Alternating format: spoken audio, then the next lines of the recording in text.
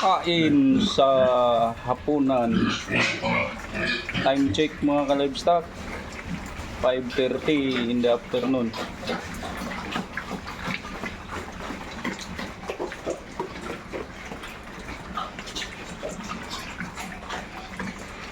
Ibang grupo ito mga ka-livestock. 3 piraso lang. 3 piraso lang yung anak ng dumalagang baboy natin, first parity. Ito naman yung kabila, 2 buwan mula pagwalay, grower, feeds na siya.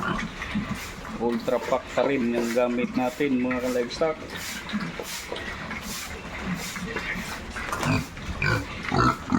Uy, doon ka. Kain.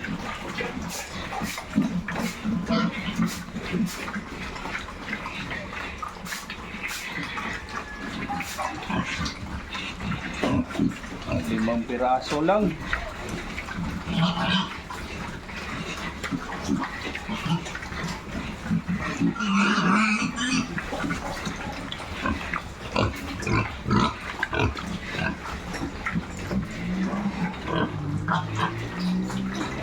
Kaya pala yan mga livestock, wheat feeding tayo.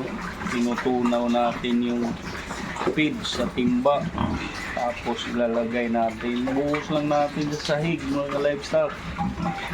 Yan yung practice natin. Alam ko na sa inyo dry feeding kayo, depende lang naman yan sa kung saan tayo hiyang. Dito, ito na yung nakasanayan ko mga ka-livestock. Maganda din naman ang resulta.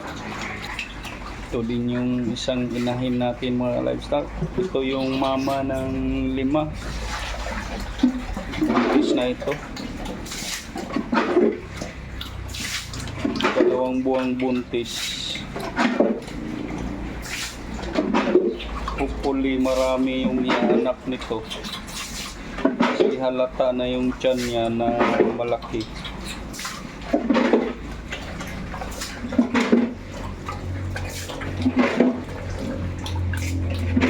Tatlo lang yung inahing baboy natin mga ka-livestock. Hindi tayo masyado nagparami dahil magdepende lang din sa budget natin. Kung yung kaya lang nating alagaan, tsaka suitable sa budget natin. Ayan, kain kayo doon.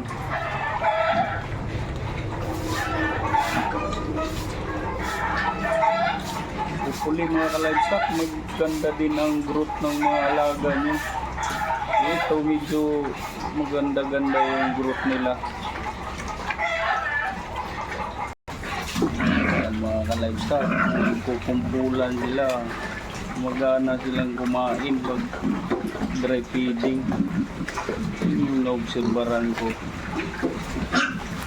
Base sa obserbasyon natin, tsaka madaling maubos. Parang tao ba kumakain ng lugaw, tsaka na-absorb kaagad sa katawan nila. Hindi sila hirap magtunaw. Yun yung observation ko sa wheat feeding mga ka-livestock.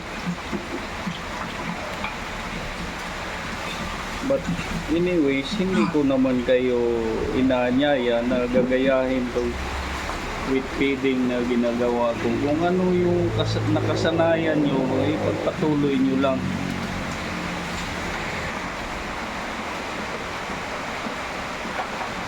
Yan, itong 3. 1 buwan. 15 days, 10 araw. Wala pagwalay. Medyo hindi maganda yung mga livestock, yung growth niya. Dumaan kasi ito sa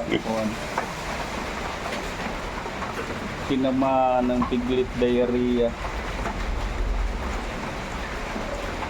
buti na lang naka-recover. Yun yung hirap sa bagong walay mga ka-livestock, kaya ingat kayo sa piglet diarrhea na yan. Kasi talagang mag-lose weight ang katawan ng mga alaga natin pag tinamaan ng piglet diarrhea.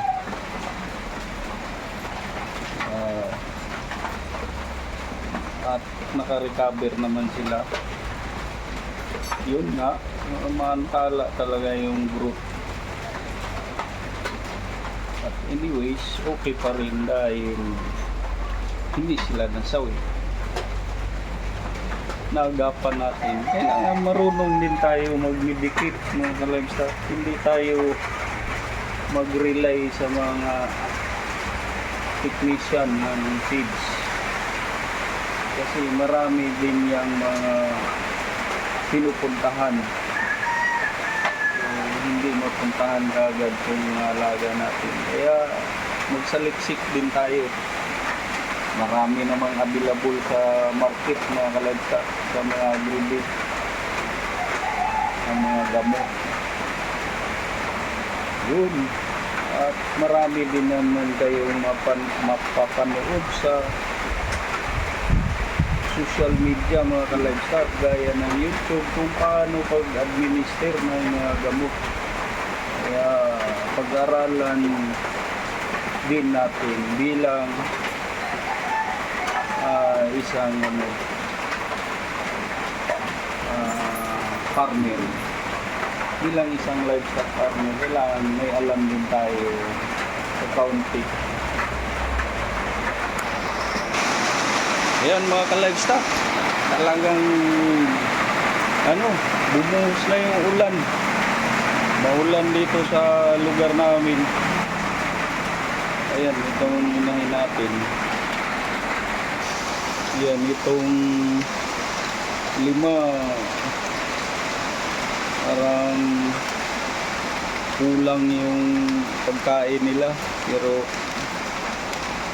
goods na yan mga ka-livestock dahil tinatansa naman natin yan yung kakain. Gradual nating dinadagdagan yung dami ng pagkain. Hindi rin natin masyadong damihan na hindi na nila maubos dahil mawala yung appetite nila mga livestock. Maganda yung parang medyo gigil silang kumain, parang sa palagay nila kulang yung pagkain. Nang sa ganun ganado sila. And of course mga livestock, marami din namang mga gamot dyan na pampagana. Mga supplement lang naman yan, hinahalo sa feeds kaya sa tubig o diretso sa katawan ng baboy, yung mga injectables, pampabuka ng katawan, mga B-complex tsaka iron. Importante yun mga ka-livestock sa mga alaga natin, nang sa ganun healthy sila at mabilis silang lumaki. Yan mga ka-livestock, I hope maganda din ang growth ng mga alaga nyo. Continue lang talaga tayo sa pag-aalaga ng hayop, lalong lalo na itong baboy, kasi mas madali lang itong market, itong baboy compare sa other livestock. At mabilis din yung ROI dito, yung return of investment maganda din. Yan mga ka-livestock.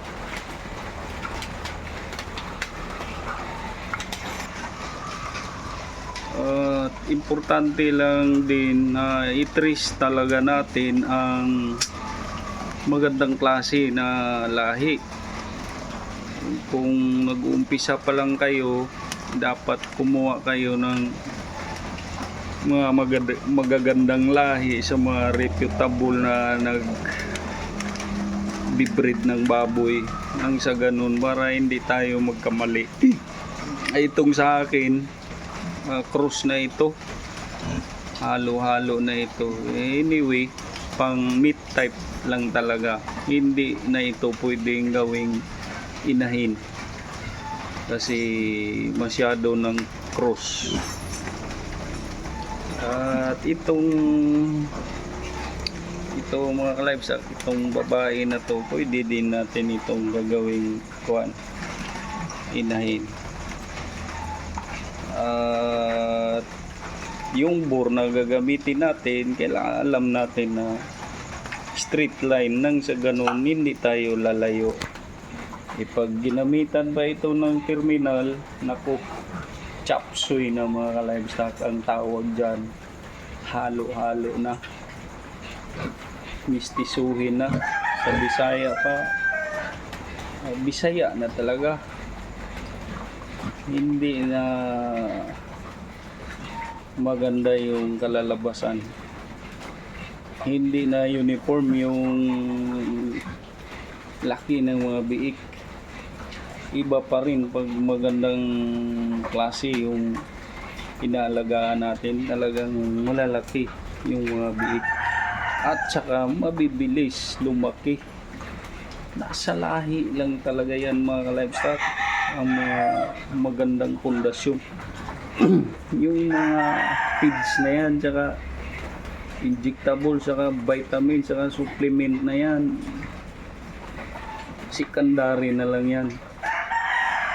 Genetics pa rin talaga ang fundamentals dito sa livestock farming. Talaga maganda ang genetics ng mga alaga natin. At so all mga ka-livestock, I hope